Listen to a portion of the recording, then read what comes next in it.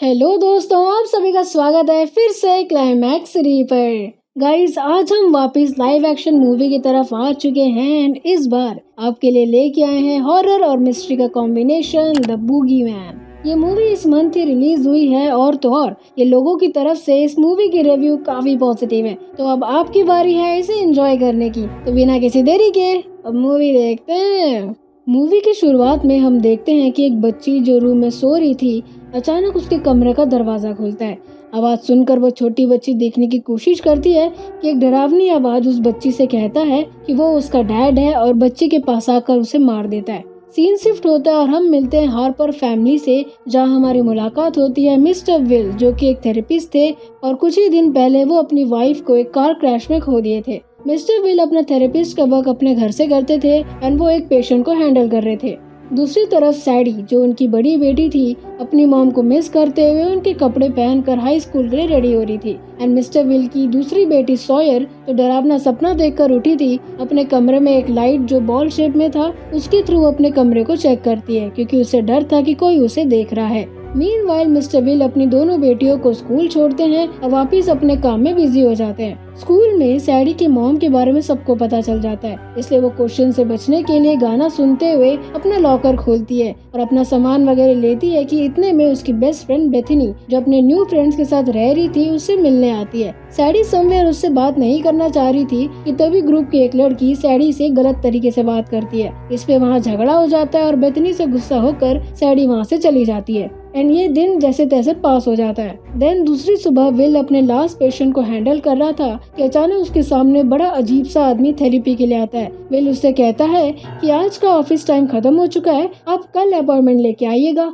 लेकिन वो आदमी इमरजेंसी बोलकर विल को थेरेपी के लिए मना लेता है। विल फोन में रिकॉर्डिंग स्टार्ट करता है, जहां वो आदमी अपना नाम लेस्टर बिलिंग्स बताता है। लेस्टर बताता है कि उसके तीनों बच्चे एक के बाद एक मरते चले गए। जब बड़ी बच्ची की मौत हुई थी तो लेस्टर को लगा कि एक एक्सीडेंट है, लेकिन बाकी दो बच्चे उसे समझाने की कोशिश करते हैं कि एक मॉन्स्टर उनके पीछे पड़ा हुआ है एंड वो उन्हें पिक्चर भी दिखाते हैं, बट लेस्टर उन पे बिलीव नहीं किया था। बट अब उसे ये सब हकीकत लगने लगा, क्योंकि अब वो मॉन्स्टर या एंटिटी उनके पीछे पड़ा हुआ है। मिस्टर विल जब लेस्टर की दिखाई ड्राइंग देखते हैं तो अनकंफर्टेबल होते हैं और उससे लग रहा था कि लेस्टर पागल है और शायद खतरनाक भी है, क्योंकि लेस्टर की हरकतें काफी अजीब थी। इसलिए विल बहाना करके वहाँ से जाता है और पुलिस को कॉल करता है। जब तक वो पुलिस से बात करके फोन रखता, लेस्टर रूम से गायब हो गया था। यहाँ सैडी, जो हाई स्कूल नहीं गई थी, वॉशिंग मशीन में अपने पहने हुए कपड़े धो रही थी कि उसने अपनी मॉम के आर्ट रूम से कुछ आवाज आता है। आवाज सुनकर सैडी रूम के बाहर जाती है तो देखती है कि दरवाजे के नीचे से पूरा पेंट बाहर आ गया था। वो तुरंत उस कमरे के अंदर जाती है एंड देखती है कि पूरा रूम तहस नहस हो गया था और ड्राइंग्स जो उसके मॉम ने बनाया था सब खराब हो गए थे। सर्च करने पर उसे अलमारी में लेस्टर की बॉडी लटकी पड़ी हुई मिलती है। ये देखकर सैडी जोर से चिल्लाती है एंड मिस्टर विल भी दौड़ते हुए आ जाते हैं। सॉयर, जो अपने स्कूल बस से वापस आ रही थी, खिड़की के बाहर देखती है कि उसके घर में पुलिस एक डेड बॉडी को लेके जाती है। ये देखकर सॉयर के फ्रेंड्स कहते हैं कि तुम्हारे डैड भी मर गए क्या? सॉयर एकदम डरती है और भागते हुए घर जाती है एंड सैडी को देखकर गले लगाती है। सैडी सॉयर को लेस्टर के बारे में बताती है एंड मिस्टर विल पुलिस से बात करने के बाद अपने दोनों बेटियों को शांत करते हैं। हालांकि पुलिस वालों को ये सुसाइड केस लग रहा था, लेकिन सैडी श्योर थी कि ये सुसाइड नहीं है। वो अपने डैड को ये बात बोलती है, बट वो उसकी नहीं सुनते। उसी रात मिस्टर विल अपनी छोटी बेटी सॉयर को सुलाने की कोशिश करते हैं, क्योंकि सॉयर अकेले सोने में डर रही थी। इसलिए मिस्टर विल बेड और अलमारी के अंदर देखते हैं और सॉयर को यकीन दिलाते हैं कि वहाँ कोई नहीं है। दूसरी तरफ सैडी अपने कमरे में लेटी हुई अपनी मॉम के साथ हुई आखिरी मोबाइल चैट देख रही होती है कि उसकी नज़र छत पे जाती है, जहाँ अजीब सी काई टाइप से आ रहा था। तभी वहाँ उसके पापा आते हैं। वो दोनों मिस्टर विल की वाइफ यानी सैडी और सॉयर की मॉम के बारे में बात करते हैं। इस सीन में हमें पता चलता है कि सैडी और सॉयर भी काउंसलर से बात करते हैं। खैर, ये सब बात करने के बाद वो दोनों सोने के लिए चले जाते हैं। सॉयर, जो अपने कमरे में गहरी नींद में थी, कि तभी उसे डरावनी आवाज आती है। उठ के देखने पर उसे अलमारी से कोई चीज उसकी तरफ गिरता है और सीधा बेड के नीचे चला जाता है। ये देखकर सॉयर डरती है और अपने बॉल शेप्ड लाइट को यूज करके बेड के नीचे देखती है तो उसे एक डरावना मॉन्स्टर दिखाई देता है। सॉयर चिल्लाते हुए रूम से बाहर आ जाती है। यहाँ सैडी यूट्यूब के थ्रू किसी भी स्पिरिट को लाइटर के थ्रू बुलाने का तरीका देख रही थी कि तभी उसकी बहन डरते हुए आती है। सैडी सॉयर को शांत करने की कोशिश करती है कि इतने में सॉयर का एक दांत टूटने वाला रहता है।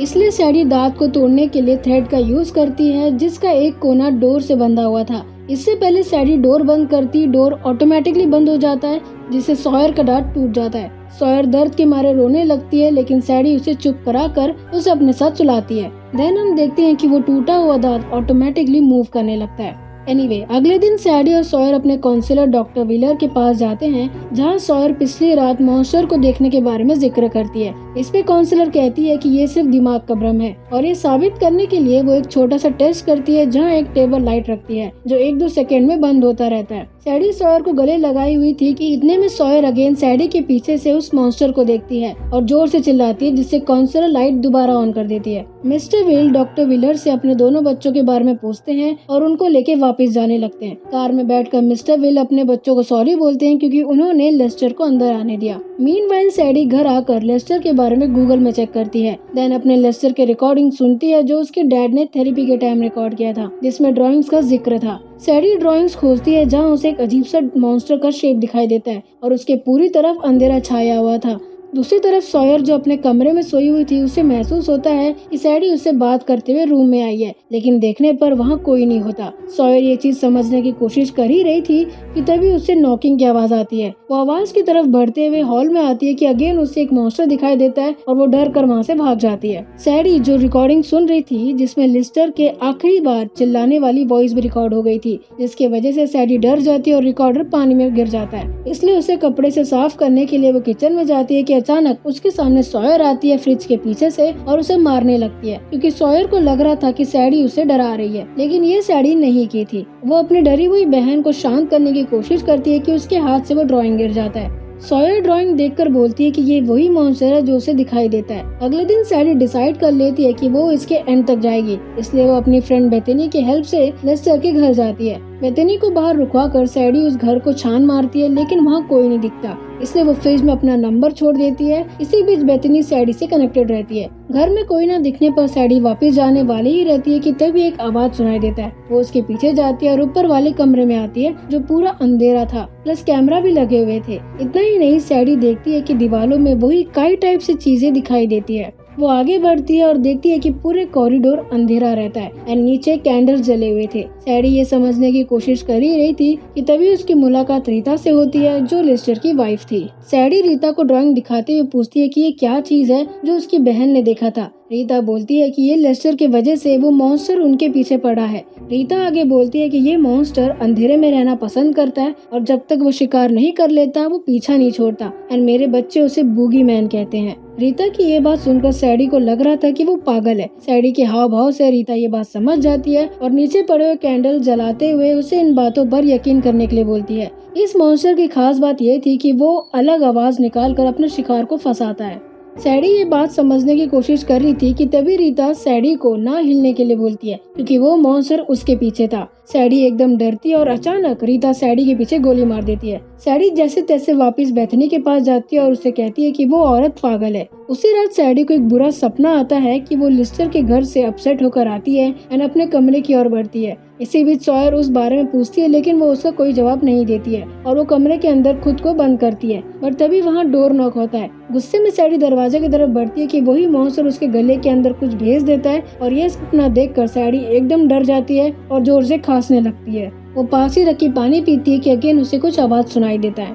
आवाज सुनकर सैडी और सॉयर रूम से बाहर निकलते हैं और नीचे जाने लगते हैं। नीचे जाकर वो देखते हैं कि मिस्टर विल अपने वाइफ की चीजें घर से बाहर कर रहे हैं, लेकिन सैडी उनसे आर्ग्यू करती है और इंसिस्ट करने की वजह से मिस्टर विल उन सब चीजों को बेसमेंट में रखने के लिए बोलते हैं। सैडी बेसमेंट में जाती है, जो कि बहुत अंधेरा था और थोड़ी सी रोशनी खिड़की से आ रही थी। सैडी बॉक्स खोलती है जहाँ उसकी मॉम का कैमरा, लाइटर और ड्रग्स का एक बॉक्स मिलता है। वो उसे रखती है और बॉक्स में नेम्स लिखती है। देन कैमरा में रिकॉर्डेड वीडियोस को देखकर सैडी रोने लगती है और लाइटर टेक्निक से अपनी मॉम के प्रेजेंस को चेक करती है, लेकिन एज यूजुअल कुछ नहीं होता, इसलिए सैडी वहाँ से अपसेट होकर चली जाती है।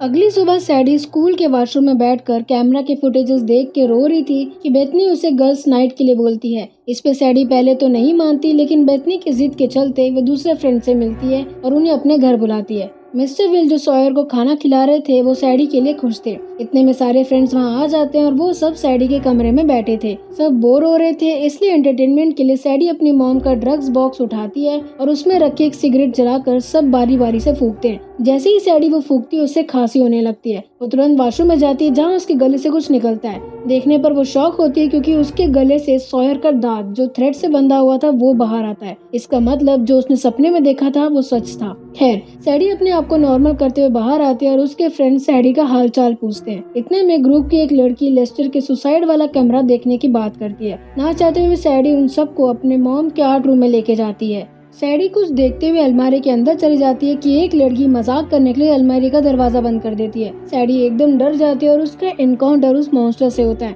बेतनी आवाज सुनकर दरवाजा खोलने की कोशिश करती है बट वो नहीं खुलता। थोड़ी देर के बाद दरवाजा ऑटोमेटिकली खुलता है और सैडी रोते हुए बाहर आती है। सैडी सबसे नाराज होती है और उसके फ्रेंड वहाँ से चले जाते हैं। ये सब सॉयर भी देख रही होती है जो सोफा में बैठकर वीडियो गेम खेल रही थी। उन सब के जाने के बाद सॉयर को एहसास होता है कि कमरे में कोई नहीं है क्योंकि पूरा कमरा अंधेरा हो चुका था। सॉयर डरती है क्योंकि उसे कुछ डरावनी आवाज सुनाई दे रही थी। वो तुरंत अपने मुंह बंद करके सोफा में लेटती है। सॉयर दोबारा उठती है और टीवी की तरफ देखती है तो उसे वो मॉन्स्टर दिखाई देता है जो उसे पकड़ता है और टीवी की तरफ फेंक के मारता है, जिससे वो बेहोश हो जाती है। आवाज सुनकर मिस्टर विल जो सैडी से बात कर रहे थे नीचे आते हैं और सॉयर को लेके सैडी के साथ हॉस्पिटल चले जाते हैं। सॉयर को होश आता है और वो डर के मारे बाजू में बैठी सैडी को सारी बातें बताने की कोशिश करती है। सैडी सॉयर की बात मान लेती है क्योंकि उसने भी मॉन्स्टर को देखा था। सैडी सॉयर को शांत कराती है और अपने डैड के पास जाती है। इसी बीच उसे रीता का फोन आता है और वो कहती है कि इस मॉन्स्टर से बचने का आइडिया मिल गया है, लेकिन उसके लिए रीता को सैडी की मदद चाहिए।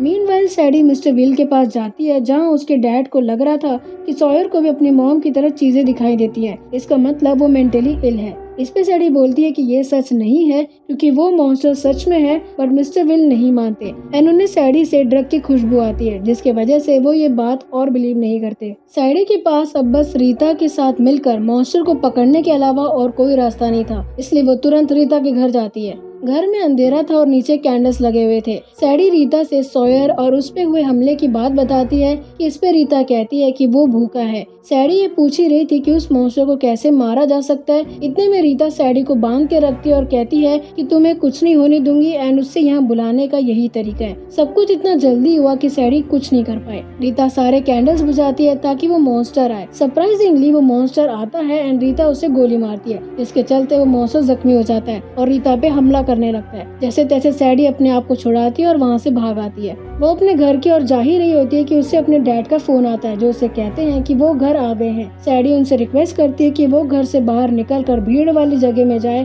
बट इससे पहले मिस्टर विल कुछ कर पाते वो मॉन्स्टर उन्हें अंदर खींच लेता है और फोन डिस्कनेक्ट हो जाता है। फोन में आवाज सुनकर सैडी भागते हुए घर जाती है। घर में काफी ज्यादा अंधेरा था और थोड़ी देर चलने के बाद उसे सॉयर की आवाज आती है। सैडी उसके पास जाती है और देखती है कि सॉयर स्ट्रिंग लाइन से अपने शरीर में रखी है ताकि वो मॉन्स्टर से बच सके। सैडी के पूछने पर सॉयर बताती है कि मिस्टर विल को वो मॉन्स्टर उठा लेके आए। इस पे सैडी कहती है कि वो दोनों उसे ढूंढेंगे।